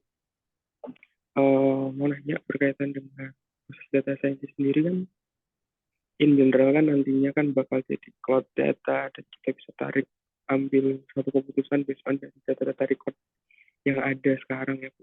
Nah, dengan potensi pangan ya, terutama dari tempatnya kita sendiri. Sebenarnya teman-teman yang udah dari data science sendiri tuh concern nggak Bu ke arah sana? Kan kebanyakan kan masih dipakai di teman-teman industri dan lain sebagainya ya. Kalau misalkan dari banyaknya sumber gitu, maksudnya ada potensi besar juga nggak kalau misalkan dari pangan yang ada di kita sendiri? Oke, mungkin dari Mas Udin, apakah pertanyaannya sudah jelas, Mas Udin? Boleh diulangi? Saya masih agak kurang nangkep maksud pertanyaannya. Iya, saya juga mungkin dari Mas Rizky bisa diulangi terlebih dahulu, Mas. Ya, berkaitan dengan data acquisition atau data analisis ya, Mas. Kebanyakan kalau misalkan yang kita pakai sekarang dan yang lagi digembar-gemborin itu kan ya dari fintech-nya, dari industrinya, karena udah in-generate data-datanya dari industri tersebut. Nah, kalau misalkan concern-nya atau market-nya di pangan kayak misal di tani atau di peternakan kayak gitu-gitu, itu udah ada belum sih Mas yang coba ngegarap dari data-data yang udah ada di daerah tersebut, itu sebenarnya masih bisa dikembangin ke area sana. Itu ada nggak sih, Mbak? Oke, berarti pertanyaannya di sektor pangan gitu ya, Rizky. Saya confirm dulu. Iya, betul. Oke, oke. Oke, kalau di sektor pangan gitu ya, di sektor pangan yang saya tahu memang belum banyak yang menggarap terkait data science ini. Untuk beberapa apa ya, beberapa perusahaan ataupun startup yang ada pun masih belum banyak gitu ya. Kalau kita berbicara terkait implementasi data science ini untuk di bidang pangan kayak gitu. Nah, kalau bidang pangan ini sendiri sebenarnya bisa dilihat salah satunya itu nanti kalau di kementerian setahu saya udah ada kayak gitu ya. Jadi mereka memang punya ini ya, punya tim tapi setahu saya masih tim analis sih, tim analis untuk pemetaan terkait ya biasanya produksi ini ya, produksi pertanian di setiap daerah kayak gitu. Belum ada tindak lanjut atau tingkat lanjut terkait untuk nanti ibaratnya pengembangan sistemnya akan seperti apa gitu ya. Nah, tapi itu kalau di pertanian itu sebenarnya masih sangat besar peluangnya gitu ya, karena secara industri saat ini kan yang masih cukup eh, besar kalau kalau yang paling dekat itu di perikanan. Kalau di perikanan udah cukup banyak gitu ya. Udah cukup banyak implementasi data science ini. Nah, kalau untuk lebih mudahnya gitu ya, kalau misalkan bingung nanti arahnya mau seperti apa, itu bisa coba istilahnya kita benchmark ya atau belajar kita melihat dari industri di perikanan. Karena menurut saya kalau pertanian itu kan cukup dekat ke perikanan gitu ya, di mana perikanan ini bisa dikatakan implementasi teknologi data science-nya udah cukup banyak dan cukup maju gitu ya. Tapi kalau secara peluang itu masih cukup besar kalau di pertanian. Nanti mungkin Rizky bisa coba cari-cari artikel dulu gitu ya terkait pengembangan data science di pertanian sendiri seperti apa. Terus misalkan lihat yang memang sudah ada seperti apa dan misalkan belum dapat inspirasi, coba cari tadi ya salah satunya di industri perikanan yang setahu saya implementasinya sudah cukup masif gitu ya. Karena kebetulan saya ada teman juga yang dia punya startup di industri perikanan dan mereka juga implement ini ya data science ini juga kayak gitu untuk berbagai macam ini ya, berbagai macam hal misalkan kayak kalau di perikanan itu ya salah satunya memang diprediksi ini ya prediksi terkait untuk marketnya seperti apa, terus nanti antisipasi untuk ini juga istilahnya hambatan yang mungkin terjadi gitu ya dan gimana itu bisa dihadapi. Nanti kan itu kan ada ibaratnya banyak parameter yang digunakan gitu ya. Kemudian banyak data yang dapat diolah juga. Jadi menurut saya itu bisa dicoba sih. Menjawab nggak, Rizky? Oke, Mantap, dari Mas mantap. Rizky. Ya, terus Oke. saya juga nge-refernya dari advisory ya, Mas. Tadi yang di notice ya, Ada advisory, startupnya. terus ada macam-macam. Advisory kan salah satu dari sekian banyak. Soalnya perikanan ini bisa dikatakan cukup cukup banyak sih industrinya. Siap, siap, siap, siap. Oke, makasih, Mas Ahmad Syaifuddin. Ya, sama-sama. Oke, mungkin eh, ini ada yang bertanya melalui kolom chat terlebih dahulu ya, Mas. Ini tadi dari Mas Michael Felix Chandra.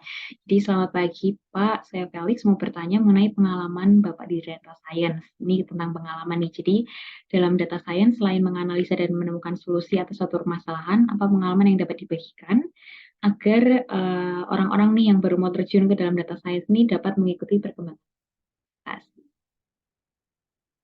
Mungkin Oke, kalau dari pengalaman yang ini ya, yang pernah saya dapatkan, kalau teman-teman tetap ibaratnya mau ini ya, mau eksis di data science gitu ya, atau mau grow berkembang, teman-teman harus mau belajar di apa ya istilahnya belajar mendalami di domain atau bisnis knowledge-nya. Karena sebenarnya nggak semua ini ya, yang saya dapatkan di lapangan itu nggak semua orang teknis itu mau paham betul bisnis apa yang dia hadapi gitu ya. Jadi dalam arti paham bisnis ini ya dia nggak sekedar ngerti ketika dijelasin, tapi dia benar-benar tahu proses A sampai B atau bahkan dia pernah lihat atau bahkan pernah ikut gitu ya. Jadi misalkan di keuangan nanti seperti apa, itu juga perlu dipelajari. Jadi ketika kita menganalisa, kita punya data, kita tahu oh data ini tuh nanti ketika ibaratnya saya pakai itu akan berpengaruh atau berdampak kemana saja. Kemudian ketika saya pakai data ini, nanti itu bisa dikaitkan dengan data yang mana saja, kayak gitu ya. Jadi ibaratnya domain ketiga ini yang menurut saya jarang banget dieksplor gitu ya oleh seorang ya hampir semua engineer sih kalau menurut saya hampir semua engineer nggak cuma di data aja baik di data science atau di software. Jadi pemahaman terkait bisnis ini menjadi sangat krusial karena kalau teknis gitu ya teknis terkait ya tadi ya backgroundnya computer science, matematika sama statistik itu secara improvisasi mungkin nggak banyak kayak gitu ya. Karena kalau teman-teman udah paham atau udah kuat di programmingnya sama statistik, nah tinggal di bisnis aja. Cuma kalau bisnis ini kan dia pasti akan sangat berkembang, terutama dia menyesuaikan kondisi market. Jadi bisa jadi di tahun pertama dia bisnisnya tentang A, tahun kedua bisa pivot ke B gitu ya. Atau tahun ketiga bisa pivot ke C. Nah, itu kan pasti seorang data scientist itu harus menyesuaikan ibaratnya analisanya gitu ya atau sistem yang dia buat dengan bisnis yang sedang berjalan. Nah, jadi kalau saya boleh saran gitu ya, kuasai dari segi domain atau bisnis prosesnya terlebih dahulu. Teknis dan lain-lain itu seiring berjalannya waktu bisalah pasti di ini ya ibaratnya diikuti karena kalau perkembangan teknologi atau toolsnya kan memang cukup cepat tapi lagi-lagi dasarnya teknologi tools programming atau algoritma kemudian statistik gitu ya atau analisa data itu ya dari tahun ke tahun kayak gitu aja gitu ya nggak berubah cuma paling toolsnya lebih advance malah dengan tools yang lebih advance atau lebih baik itu mempermudah kita yang udah paham bahasa programan gitu ya kayak tadi misalkan tools low code dari yang awalnya dulu kita harus programming secara penuh, nah, lama-lama kita tinggal ibaratnya drag and drop gitu ya, menggunakan visual teknologi. Kurang lebih seperti itu. Oke, dari Mas Michael Felix, apakah sudah menjawab ya? Sudah menjawab. Terima kasih, Pak. Ya, Oke, sama-sama. selanjutnya ada pertanyaan dari Mas Muhammad Asarumi nih, Mas Udin. Perkenalkan saya Asar, untuk pemula apakah ada rekomendasi tools untuk mempelajari data science yang relatif mudah untuk dipelajari? Dan tipsnya udah yang sama sekali tidak memiliki background IT, bagaimana cara mensiasati untuk dapat mengerti menjadi data science? Mungkin itu Mas Udin untuk pertanyaan. Oke, nah ini biasanya hal yang cukup banyak ditanya ya, atau sering ditanya oleh teman-teman yang nggak punya background IT. Mas, kalau nggak punya background IT tapi pengen jadi data science gimana? Bisa atau nggak? Bisa, kayak gitu ya. Nah, hanya saja secara effort teman-teman memang harus lebih gitu ya dari teman-teman yang punya background IT.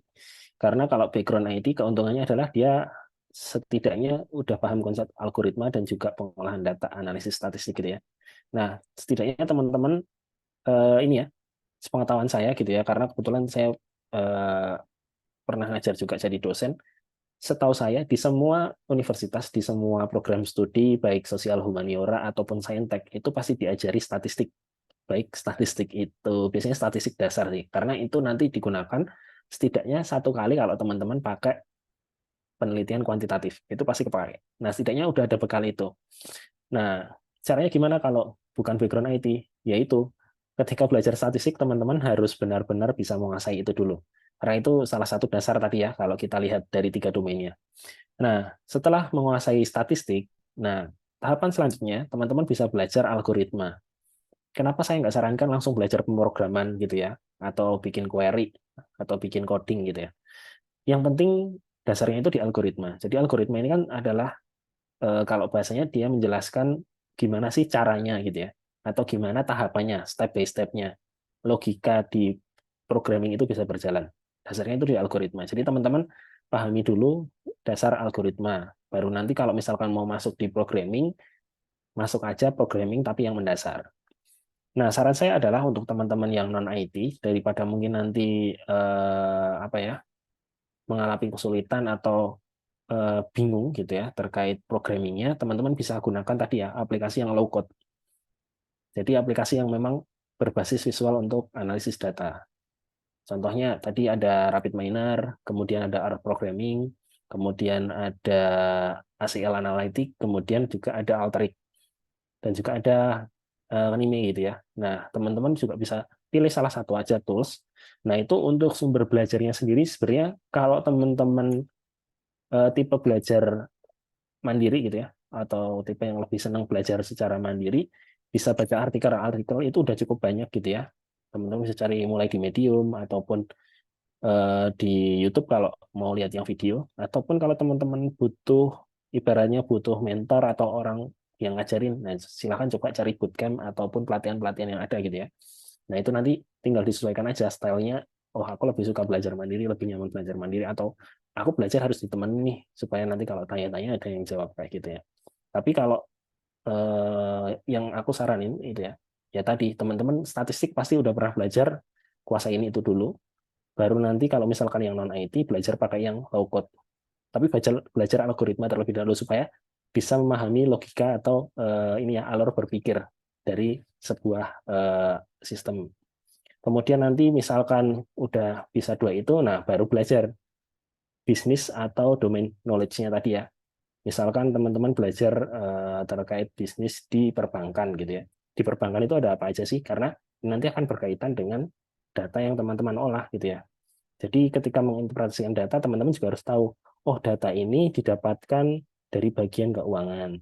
Terus kalau data bagian keuangan itu nanti akan berpengaruh ke apa saja. Terus ketika data keuangan ini bisa digabungkan dengan data katakanlah penjualan dan lain-lain. Kayak gitu ya. Jadi tahapannya kurang lebih seperti itu sih kalau dari saya gitu ya, dari pengalaman saya dan teman-teman yang memang mau masuk ke data science juga. Semoga dapat ini ya, memberikan informasi. Seperti itu Mas Asar, apakah sudah menjawab? Terima kasih sudah sangat menjawab. Oke, terima kasih Mas Asar. Untuk selanjutnya nih, Mas Udin masih ada satu pertanyaan lagi dari Mas Diki April Zahdi. Dia menanyakan mengenai peran teknologi blockchain sendiri dalam pengamanan dan integritas data dalam proyek data science.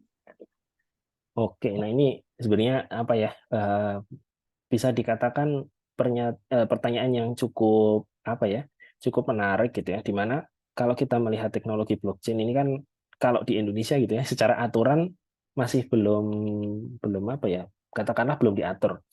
Tapi pada dasarnya blockchain ini kalau terkait pengamanan dan integritas data itu dia secara penyusunan memang lebih kompleks gitu ya, di mana nanti dia akan ada enkripsi yang cukup ketat terkait untuk informasi datanya, sehingga dari segi pengamanannya gitu ya, atau tadi ya integritas data. Makanya dari itu teknologi blockchain ini juga digunakan sebagai salah satu tools untuk apa ya istilahnya kepemilikan aset digital. Nah, kepemilikan aset digital ini kan memang ada kaitannya dengan ini ya, pengamanan dan integritas data.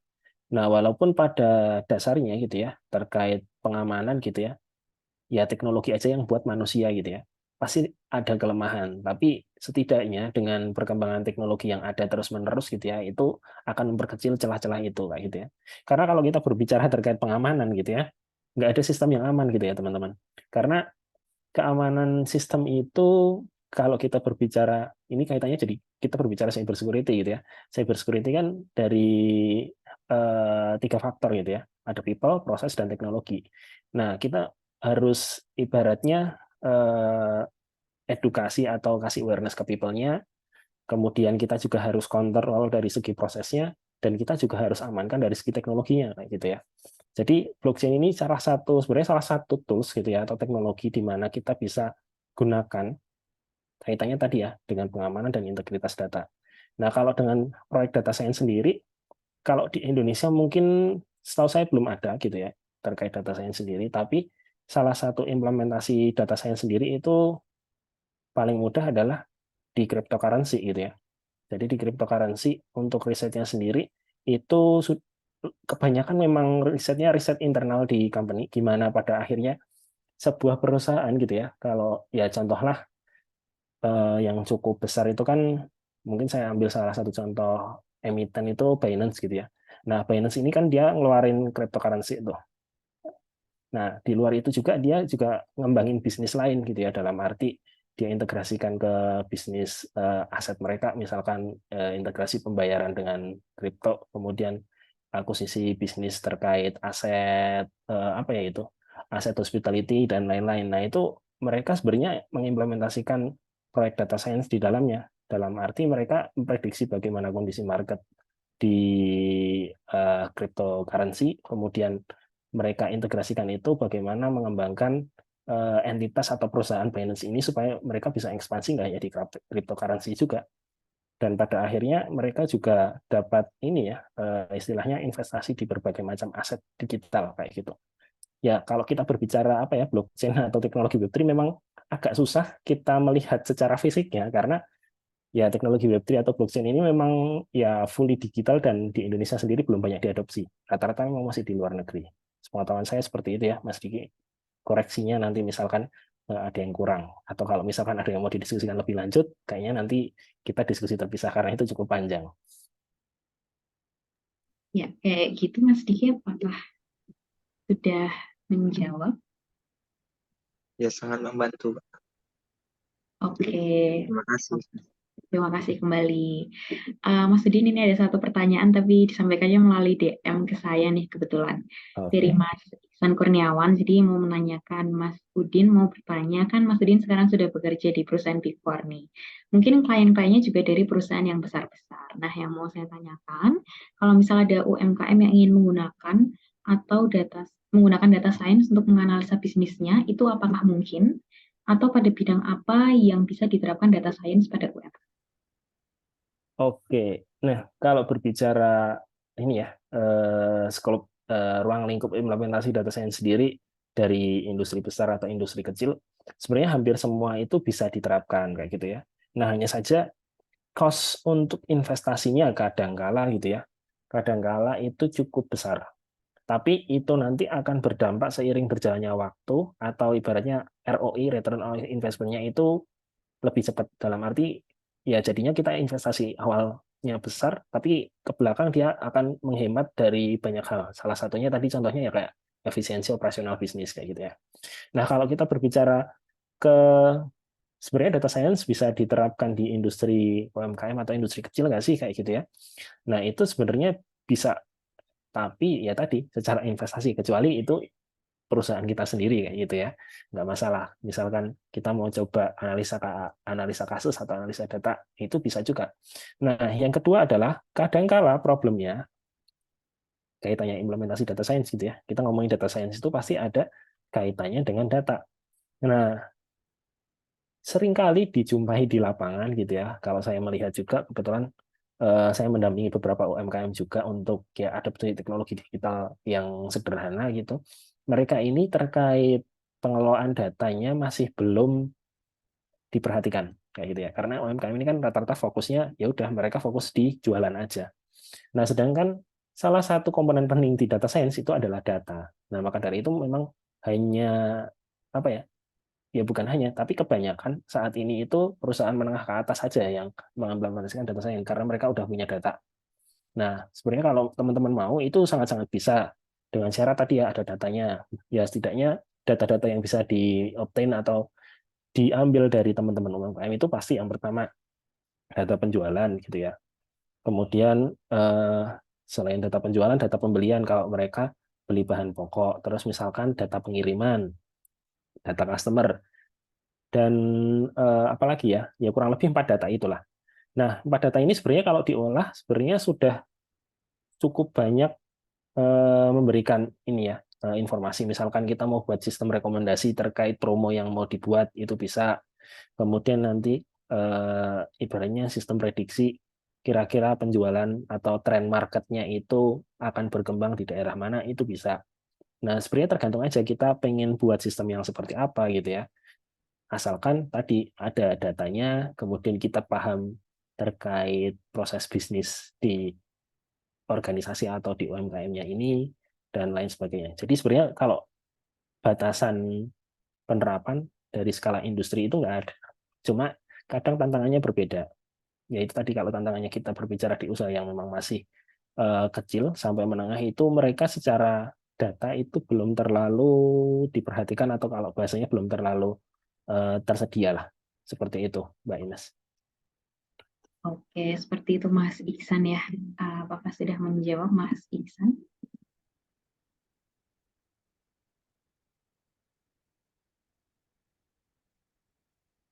Ya, ya, dari Mas Iksan sudah confirm sudah menjawab. Oke, terima kasih terima kasih Mas Udin atas sesi tanya jawabnya ya. Mungkin untuk sesi tanya jawab saya cukupkan sekian karena waktunya sudah habis ya teman-teman. Mungkin saya izin untuk melanjutkan ke sesi selanjutnya terlebih dahulu.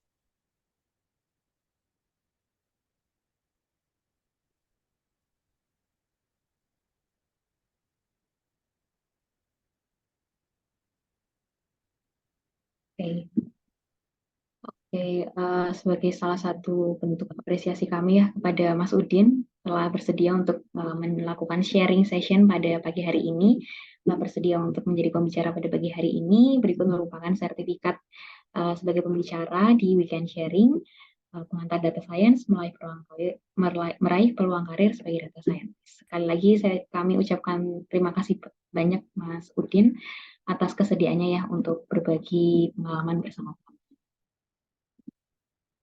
Selanjutnya merupakan pemberian sertifikat untuk peserta. Jadi kepada peserta dimohon untuk mengisi form feedback and presensi weekend sharing melalui link yang tertera pada layar teman-teman. Akan saya kirimkan juga melalui kolom chat.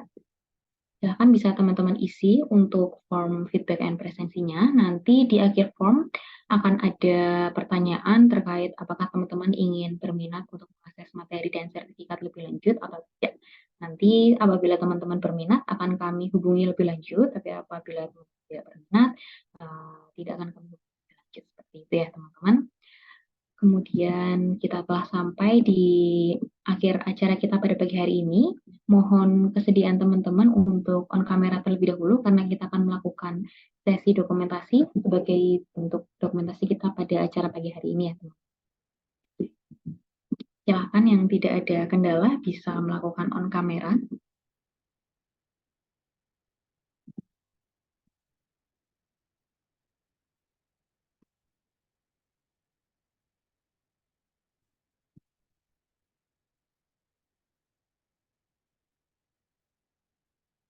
Teman-teman yang lain apakah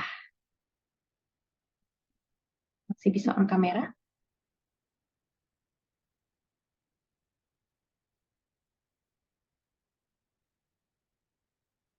Ya.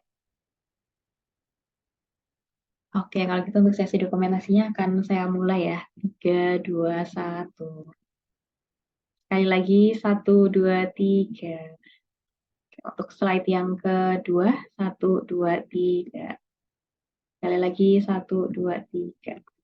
Oke, dengan sesi dokumentasi ini, maka berakhir pula rangkaian kegiatan kita pada pagi hari ini. Sekali lagi saya ucapkan terima kasih kepada Mas Udin telah bersedia menjadi pembicara di Weekend Sharing pada pagi hari ini. Dan saya ucapkan terima kasih juga kepada teman-teman sudah semangat untuk belajar bareng sesi Weekend Sharing kita pada pagi hari ini.